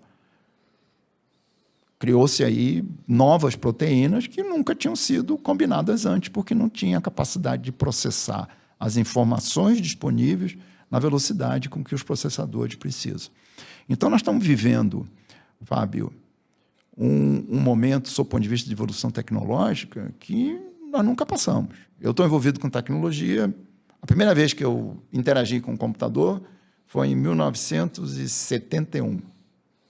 Tá? E, então, de lá para cá, muita coisa aconteceu. Muita coisa aconteceu. Mas eu nunca vi uma transformação tão acelerada como essa de inteligência artificial. E aí, se a gente voltar para a conversa de como é que você lidera um negócio hoje em dia, ninguém sabe bem o que vai acontecer. Em alguns negócios, talvez seja um pouco mais previsível, porque a disrupção seja menor, e alguns outros são totalmente imprevisíveis, porque a disrupção pode ser muito maior. Mudando agora para os dois últimos temas aqui que eu queria cobrir aqui contigo, porque eu acho que eles são muito importantes. Né? A gente vem falando da importância do conselho, do conselheiro, do mentor, né? E você, em determinado momento, tomou a decisão. Eu lembro que a gente estava no Salvatore almoçando. Você falou, eu estou agora dedicado a conselho. O que é ser conselheiro? A gente várias vezes, inclusive uma das discussões que a gente tem com os conselhos, quando a gente apresenta trabalhos, é o papel dele mesmo no projeto. Isso. O que para você é o papel do conselho e do conselheiro? Antes de chegar lá, voltar um pouquinho. Quando você pensa numa carreira profissional, você começa lá na faculdade estudando para você aprender e desenvolver habilidade para que você possa exercer uma profissão, tá certo? Depois que você está trabalhando, exercendo a sua profissão, você começa a se desenvolver e provavelmente ou você vai ser uma carreira em Y ou você vai ser um técnico mais especializado num tema, porque você vai se aprofundar através da evolução da sua carreira, ou você vai seguir uma carreira em que você vai crescer gerencialmente, vamos chamar assim. E aí você se prepara, se desenvolve para essa carreira. Se você quer ser um líder, você quer ser o presidente da empresa, então você começa a investir em conhecimentos de habilidade de gestão, de liderança e assim por diante. Quando você chega lá em cima, você fala assim, pô, e o que eu vou fazer depois? Né? E todo mundo chega uma hora que você fala, olha, não dá mais, não quero mais, ou não é mais aconselhável que eu continue nessa trajetória. Então, eu quando estava nessa posição, eu tive a oportunidade de me planejar para sair da carreira executiva para a carreira de conselheiro. Por que conselheiro? Porque eu não queria parar, né? Eu gostaria e quero e continuo querendo estar bastante ativo. Eu não pensei em ser consultor, porque eu acho que consultoria é um tipo de atividade que realmente não me atrai muito. Eu tive experiência como conselheiro, né, na minha carreira executiva. Eu tive a oportunidade de sentar em conselhos e falei, olha, é isso aqui que eu quero fazer. Então, eu acho que todo mundo que chega nesse final da vida executiva tem que se preparar para... Pode ser que o desejo seja não fazer nada. Agora eu vou viajar o mundo inteiro, mas se prepare, porque a carreira executiva um dia chega ao final. Né? Tomara que chegue ao final da forma com que você quer e você gerenciando, e não alguém tomando essa decisão por você. E eu dei sorte, até porque o fim da minha carreira executiva combinou com o fim lá do meu projeto, o projeto que eu tive que coordenar de venda do varejo do Citi, do Consumer Bank. E, para mim, ficou muito claro, ali era o ponto, né? Por idade, por tempo como CEO e pela mudança no banco, era a hora que, sem dúvida, era um ponto vamos dizer assim, de mudança na minha carreira. Eu já vinha, de alguma forma, me preparando, participando de alguns conselhos, e outra coisa que eu fiz, eu conversei com muita gente dizendo, olha, eu quero ser conselheiro. Sabe quem vai te indicar para um conselho? O teu network. Então, você tem que dizer para ele. É uma diferença significativa, né? O executivo faz, o conselho ajuda, né? O conselheiro ajuda, né? Ele ajuda fazendo as perguntas, ele ajuda fazendo as avaliações, ele ajuda, de alguma forma, questionando e assim por diante. Ele não executa. Conta um pouco para quem não sabe hoje. Você contou, acho que, de marcas, empresas muito conhecidas, e hoje você está em diversos conselhos e esteve em diversos conselhos. Que lugares foram esses que você passou e se teve algum caso específico que você acha que, putz, aqui realmente teve uma mudança ou está havendo uma mudança de negócio que, quando eu entrei, talvez eu não tivesse visto, uma descoberta? Bem, eu saí do Citi no final de 2017. Né? Foi quando a gente concluiu o processo de transição do negócio do Citi para o Itaú. E, desde então, eu dei sorte de passar por algumas empresas como conselheiro, muito interessante. Eu fui conselheiro do IRB, que é uma empresa distinta de resseguro, é a única aqui no Brasil, brasileira, tem todas características específicas, tem acionistas importantes que, de alguma forma, influenciam o conselho. Eu passei pela Suzano, uma empresa espetacular, com projetos incríveis, uma empresa de liderança no seu setor. Passei pelo Banco do Brasil, eu fui convidado para ser o presidente do Conselho do Banco do Brasil em 2019, no início da gestão do governo Bolsonaro. Era a gestão do Paulo Guedes, o Paulo Guedes trouxe para o time dele o Salim Matar, o Salim ficou responsável por olhar a governança das empresas que sejam estatais ou sejam de economia mista. E o Salim, então, foi quem me convidou. E eu fiquei lá por quase 2 anos. Foi uma experiência muito rica. O Banco do Brasil é um banco impressionante, com uma capacitação muito acima do que as pessoas imaginam. Uma equipe espetacular.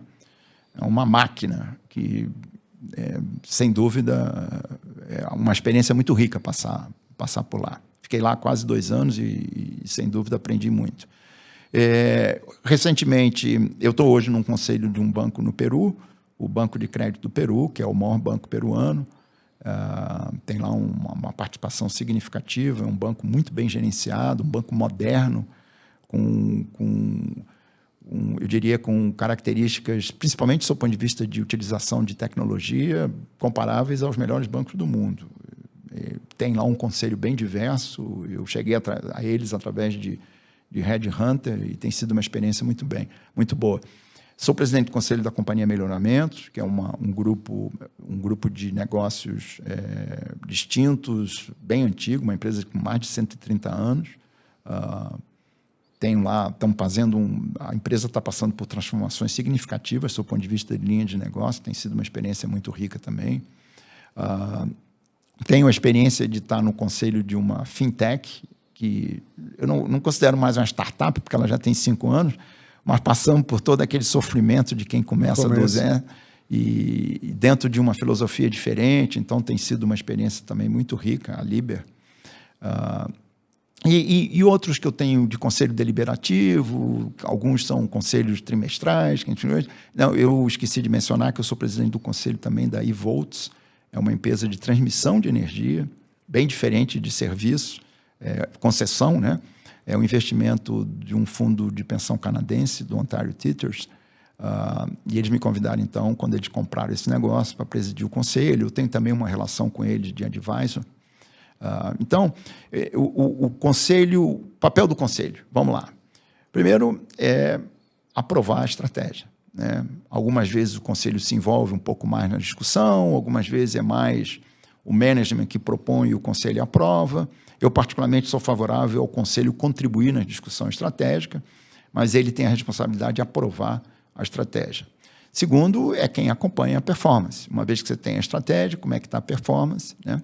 Terceiro, o conselho tem uma responsabilidade em termos das pessoas, né? É o conselho que contrata, demite, avalia o CEO, é o conselho que opina sobre a organização, sobre o compensation, sobre a remuneração, né? E é o conselho também, talvez cada dia mais importante, quem avalia como é que estão sendo gerenciados os riscos do negócio, né? Você tem hoje uma variedade de riscos, até riscos novos, né? Agora tem um risco geopolítico. Estava lendo um artigo aí, uma pesquisa que foi feita sobre como os conselhos estão se envolvendo com os riscos geopolíticos, mas você tem os cibernéticos, os riscos cibernéticos, você tem os riscos financeiros, riscos operacionais, riscos ambientais, risco climático e assim por diante, né? Riscos regulatórios, e isso cada dia é mais importante. Então, o conselho tem uma responsabilidade muito grande de acompanhar como o management, como a gestão da empresa está tratando esses riscos, como é que eles estão atenuando, eliminando, gerenciando, e são esses. Claro que o conselho se envolve em mais coisas, você tem os comitês discutem algumas vezes outros temas, mas se eu puder definir bem, eu acho que o conselho está ali para perpetuar a empresa, né? Então, o conselho é que tem que forçar uma visão de mais longo prazo para que essa empresa efetivamente sobreviva. O CEO tem um papel muito difícil, né? Ele tem que dar resultado no curto prazo e no longo prazo. Nós já falamos sobre isso hoje, né? E às vezes é difícil. Você pega uma empresa listada, e o analista, as empresas que são analisadas pelos analistas, né?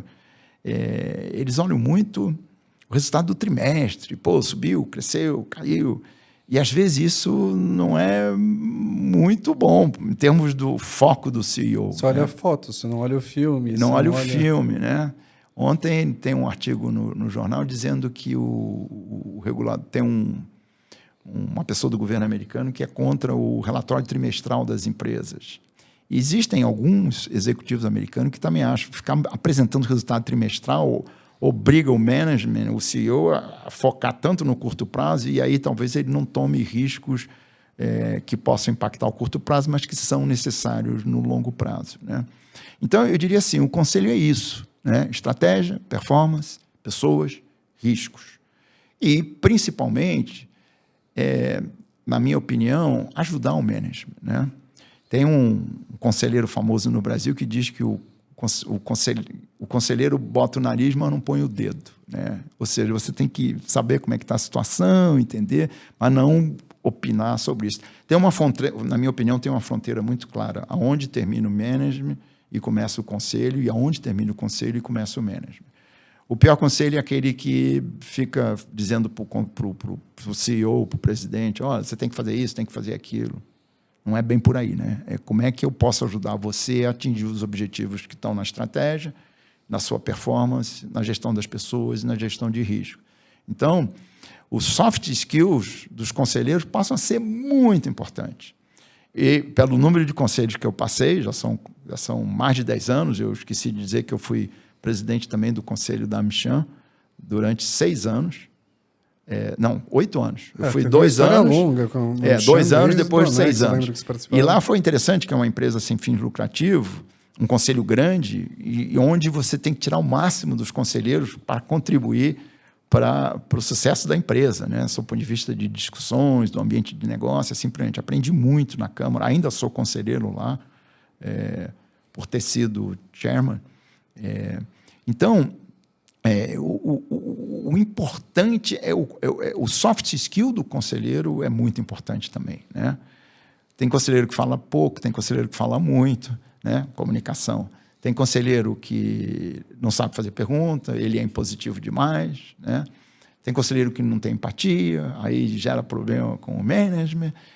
Tem conselheiro que, né, que não tem visão estratégica e aí fica preso nos detalhes e não consegue ver a floresta, fica olhando a árvore. Então, é assim, talvez para o conselheiro os soft skills sejam mais importantes do que para o executivo, porque é um outro papel, né? É a realização não na execução, é a realização através de outros, né? É a realização de ter ajudado outros a realizar. A realização a partir do outro, né? A partir do outro, que é um sentimento completamente diferente. Altruísmo, né? É dizer o seguinte, pô, o CEO entregou o resultado, fez um bom trabalho, a estratégia está correta, pô, eu ajudei nisso aí, e não, eu fiz isso aí, né? Você começa a usar muito mais o nós do que o eu, né? Você deixa de ser o protagonista e passa a ser um coadjuvante, vamos dizer assim, nessa peça, né? Nessa jornada. Caminhando aqui para o final do nosso bate-papo, eu quero aproveitar, então, esse equilíbrio que você trouxe dessa importância dos skills, né? Dessas competências. O que você daria, e aqui eu vou pedir uma série de dicas e você pode dar ou não dar, ou corrigir, levar para um outro lado, mas o que você acha que é essencial para uma vida equilibrada para alguém que trabalha, né, no mundo executivo como a gente? Você falou uma coisa importante, equilibrada. Acho que eu não citei essa palavra aqui. Você falou o tempo todo sem falar, né? Mas eu acho que o equilíbrio é fundamental, né? A pessoa que é workaholic não é eficiente, né? Eu conheci alguns, nenhum deles era realmente bons líderes, bons executivos. Eu acho que o equilíbrio... Porque, veja bem, a hora que você dedica tudo no seu trabalho, você não vê coisas que são muito importantes para o seu trabalho, porque você só fica focado naquilo ali. O convívio social, o convívio familiar, principalmente, né? Ele te dá inputs muito importantes que te ajudam depois na sua decisão profissional. Então, equilíbrio, work-life balance é fundamental. E há um terceiro que é assim, você precisa estar a par do que está acontecendo no mundo. Se você ficar o dia inteiro trabalhando no seu escritório, olhando os problemas da sua empresa, você não vai acompanhar o que está acontecendo no mundo. E o que está acontecendo no mundo vai influenciar seu negócio. Pode não ser hoje, pode ser pouco, pode ser amanhã, pode ser muito, mas vai influenciar. Então, acompanhar a trajetória tecnológica que o mundo vive, acompanhar os problemas geopolíticos que o mundo vive, acompanhar essa situação de polarização que o mundo vive hoje. A gente tem que acompanhar, tem que ouvir. Você não pode dizer assim, eu não quero ouvir porque eu não concordo. Não, isso aí é insumo para suas análises e você aplicar no seu trabalho, tá certo? Acompanhar o que está acontecendo na economia no mundo, né? Eu vejo aí uma situação meio complicada. Já tem alguns economistas apontando aí. Você tem investimentos enormes em tecnologia, né? E déficits fiscais em grandes economias. Déficit chega uma hora que, né, o endividamento dessas economias, chega uma hora que tem um limite. E esse investimento, se não existisse hoje, como é que estaria a economia? Como é que estaria o crescimento? Né? Você pegar a economia americana, o que está sendo investido em tecnologia jamais foi feito no passado. E como é que estão os outros setores? E como é que estão os outros investimentos? Como é que isso se complica? Então, você como líder, você precisa estar acompanhando. Claro que você não precisa ser especialista, mas você tem que ter tempo para ler o que um especialista escreveu sobre a economia, o que um especialista escreveu sobre a geopolítica, o que um especialista escreveu sobre a tecnologia, a evolução da inteligência artificial. Então, isso vai te ajudar no teu trabalho, isso vai te ajudar na tua vida social, isso vai te ajudar nas conversas com os amigos. Ou seja, você balancear o trabalho com o seu tempo é fundamental. Eu acho que eu falei para você aqui no início, né? Está me faltando tempo, tem tanta coisa que eu gostaria de ler e tanta coisa que eu preciso discutir nos conselhos e assim, que acaba me faltando tempo. Então, talvez ser seletivo aquilo que você, aonde buscar essas informações também é muito importante. Mas não seja seletivo no sentido de só escutar aquilo que você quer ouvir, né? Ou só dedicar tempo àquilo que lhe é agradável. Você tem que dedicar tempo a coisas que podem influenciar a sua empresa, o seu negócio, a liderança do seu negócio, mas também possa te influenciar pessoalmente, né? Qual vai ser o impacto disso na vida da minha família, na vida dos meus filhos, né? Eu queria entrar talvez nesse lugar, né? Você é casado há quantos anos agora com a Silvia? Mais de 40. Tá bom. O que você pudesse definir em uma palavra, ou 2 palavras, uma frase, o que a Silvia te ensinou nesses 40 anos? Olha, a Silvia foi uma tremenda companheira, né? Nós mudamos, de cidade, eu e ela somamos outro dia, nós mudamos 9 vezes de cidade, sem contar na mesma cidade de um lugar para o outro. Eu acho que se somar tudo dá mais de 20 mudanças. Eu acho que esse companheirismo de me acompanhar, né? Me acompanhar com exigência, né? E, ela brincava comigo que se eu vou mudar, nós vamos mudar para melhor, né? Então, não vamos mudar, não vamos andar para trás. Gosto não retrocede, né? Então, eu acho que um projeto de casal tem que ter um companheirismo muito grande, né? Não pode ter um individualismo, dizer, é do jeito que eu quero e vai ser assim. Claro que eu cedia em várias coisas.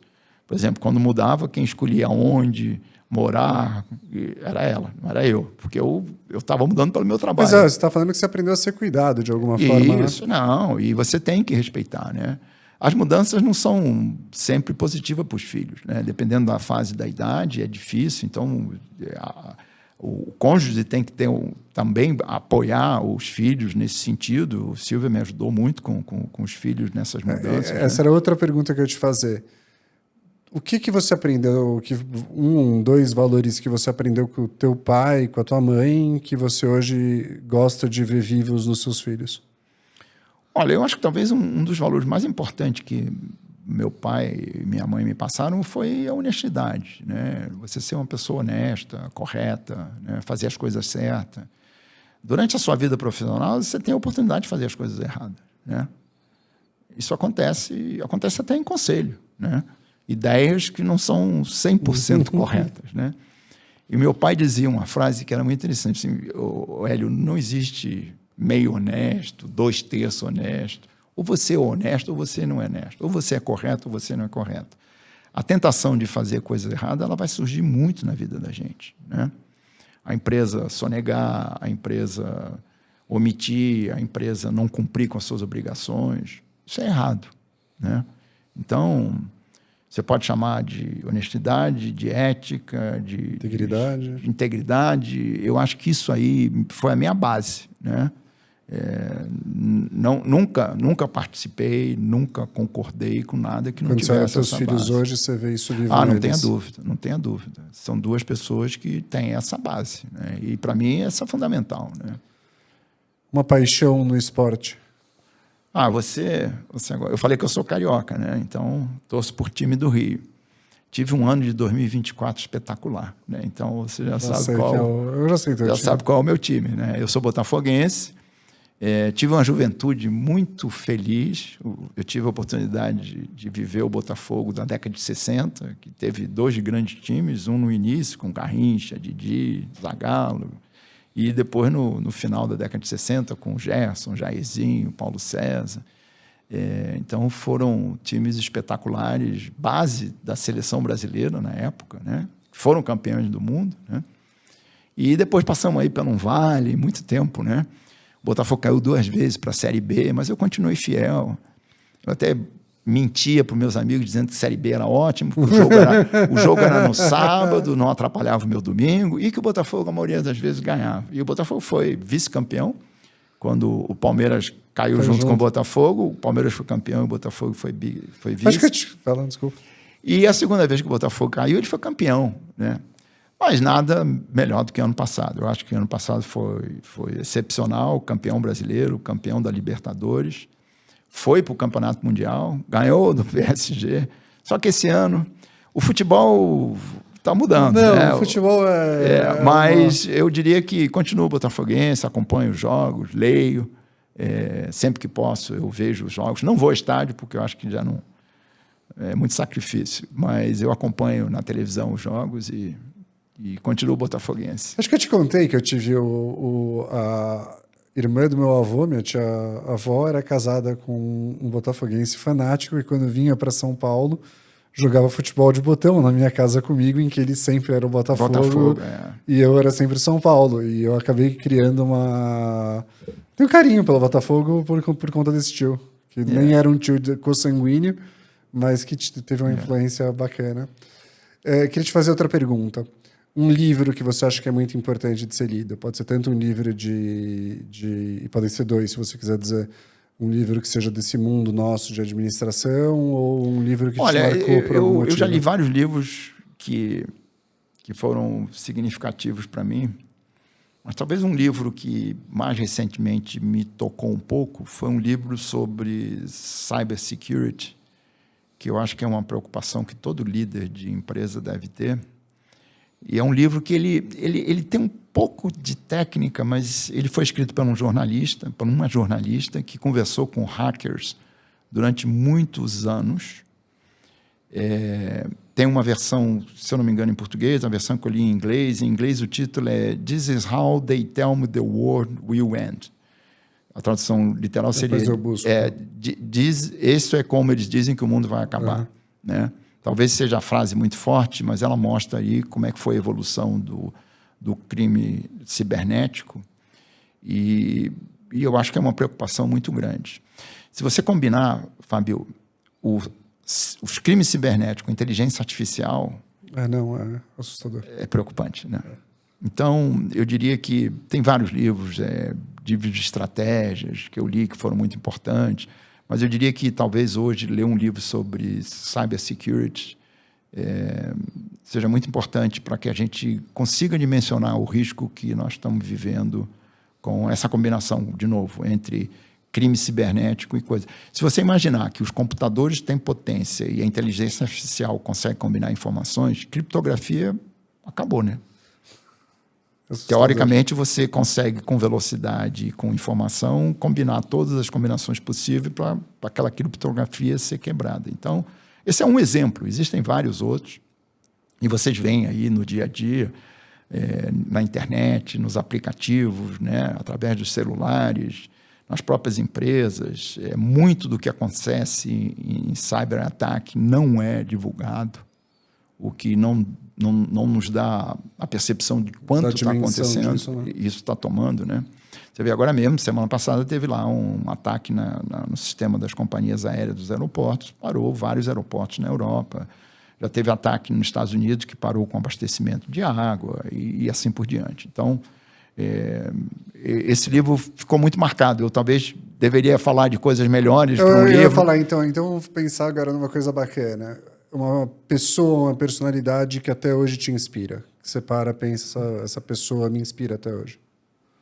Olha, é muito difícil. Eu leio muito sobre pessoas. Eu não sei se eu consigo indicar alguém, mas eu diria o seguinte, pessoas que tentam conectar o passado com o futuro, né? São pessoas que eu leio muito sobre eles, né? Que tentam ver, nós estamos aqui, onde é que a humanidade vai chegar, né? Eu procuro escutar muitas pessoas que entendem de geopolítica, que possam definir, né? Eu não tenho nenhum... Até porque as coisas mudaram muito, né? Você falar de líderes do passado, talvez hoje a liderança que eles executaram não seja não seria a mesma liderança, vamos dizer assim, né? E talvez hoje a gente tenha muito mais contra-exemplo do que exemplos positivos, né? E hoje é mais fácil listar o que você não quer do que o que você... O que você não concorda, do ponto de vista de liderança, do que o que você concorda, né? Mas eu diria para você assim, tentar conhecer um pouco mais do que está evoluindo para que você possa tentar, de alguma forma, ter algum cenário, o que está cada dia mais difícil, né? Falamos aqui da imprevisibilidade que a gente vive hoje. Eu acho que é importante. Então, ouvir pessoas que possam efetivamente fazer um cenário plan, né? Olha, eu acho que nós estamos caminhando por aqui, a geopolítica vai por ali, a tecnologia por aqui e tal, e você puder, através dessas pessoas, capturar um pouco mais conhecimento para que você possa embasar melhor as suas decisões. Porque você não pode parar, né? Também não dizer, vai ter problema. Não é isso que eu estou dizendo, ao contrário. Como é que eu posso enriquecer a minha decisão, me atualizando cada vez mais com esses temas que são extremamente emergentes, estão se transformando muito rapidamente, mas que eu preciso ter conhecimento para tomar minhas decisões, né? E a última pergunta, uma viagem que toda pessoa que possa fazer, faça, uma viagem inesquecível para você, que você aconselhar, se você puder um dia viajar para esse lugar, conheça, e o sonho de um lugar ainda é conhecer. Olha, eu já viajei muito, né? Eu relacionei outro dia, eu já tive em 35 países, é muita coisa, né? Olha, degustação de vinho na Itália, isso é uma coisa espetacular, né? Para quem não fez, faça. Tem que gostar de vinho. Não, né? mas está justo. Eu não fui na China ainda, eu tive em Hong Kong várias vezes, mas eu não tive na China. Talvez esteja na hora de conhecer a China. Então, a viagem que eu não fiz seria a China e degustação de vinho na Itália. Não só a degustação de vinho, porque tem uma comida junto, né? Muito das vinícolas ele oferece lá um almoço. Então, para quem gosta, eu recomendo fazer. Hélio, muito, muito, muito obrigado pelo papo hoje. Tenho convicção de quem assistir vai gostar, vai aprender, vai se inspirar, vai depois me ligar para falar aquilo que o Hélio disse, qual foi o livro, você anotou o nome, depois passa para mim em português, vai querer saber por que você quer ir para a China, que é o que eu brinquei, né? A gente tem lá um grupo de pessoas que sempre postamos, volta e liga e quer saber mais. Então, eu tenho certeza que você deixou as pessoas com essa sensação de saber mais, e para mim tem, né, sido um privilégio de ter ao lado, me aconselhando. Agradeço por isso, agradeço por hoje, e que a gente se encontre mais vezes e possa comemorar bastante. Muito obrigado pela oportunidade de bater esse papo com você, né? Espero que seja útil para quem vai nos ouvir, do ponto de vista de conhecer algumas coisas, e sempre um prazer de estar com você, né? Nós falamos aqui são mais de 20 anos, né? Desde 2022, 2001, 2002, 2003, eu acho. 2003. Então, já são mais de 20 anos que a gente caminha juntos aí, em papéis distintos, em formas diferentes, né? Mas você falou uma coisa lá atrás para mim, você falou que eu ia acabar empreendendo. Não, bom, dessa parte, o meu olho funcionou. Eu falei, olha, esse cara tem talento. Você falou que ia empreender, e olha que engraçado, né? Você falou da Chubb hoje. Um dos primeiros projetos que eu fiz na Max contigo foi aquele cartão com o branded com a Chubb. Com a Chubb, isso mesmo. Depois a gente fez com o J Safra, na época, com o Alberto, que a gente também vendeu para uma base o cartão. Então, acho que tem marcos na minha carreira também que eu Mas eu falei para você que você ia ser um dia falou para mim, você virou e falou assim, você não acha que teu negócio é ter o teu negócio? Isso foi em Nova York. Esse foi o... Eu ainda estava na dúvida, será que eu volto para a empresa? Fico trabalhando agora em consultoria dos outros, abro o meu negócio, não sei exatamente o que fazer. Sem dúvida você tomou a decisão certa. Eu acho que sim. É só olhar o sucesso da sua empresa, o sucesso de tudo que você tem feito, né? Então, muito obrigado pela oportunidade. Continuamos juntos aí e fico sempre à disposição para que a gente mantenha nossas conversas, vamos dizer assim, em dia, né? Obrigado. Obrigado a você, Hélio. Bom, pessoal, tenho certeza que vocês adoraram. Em breve, o podcast vai ser publicado. Vocês vão poder assistir, ver, rever. Ele sempre está aberto. E mais uma vez, uma forma da gente deixar o legado, né, e a construção de quem faz, né, o Brasil acontecer vivo e à disposição, né, ao alcance de todos. Obrigado, bom dia, boa tarde, boa noite. Espero que tenham gostado.